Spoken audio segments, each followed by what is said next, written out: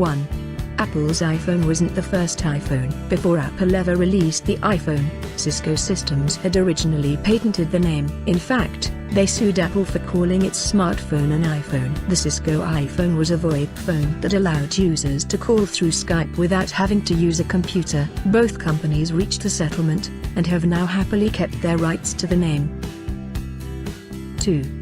The first ever iPhone was conceptualized in 1983. Way back in 1983, Apple computer developer Hartmut Esslinger designed a landline phone that reflected iPhone and iPad features today with a stylus-controlled interface. It never saw the light of day, but it's good to know that Apple had already been playing with iPhone ideas a long time ago. Think of how the smartphone landscape would look today if the 1983 prototype had been released. 3. The App Store was the first place to legally download an app. One of the most revolutionary aspects of the iPhone was the App Store, wherein users could legally download apps for free or for a fee. 4.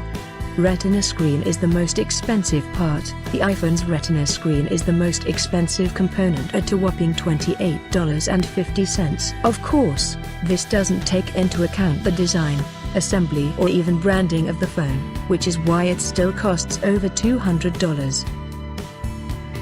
5.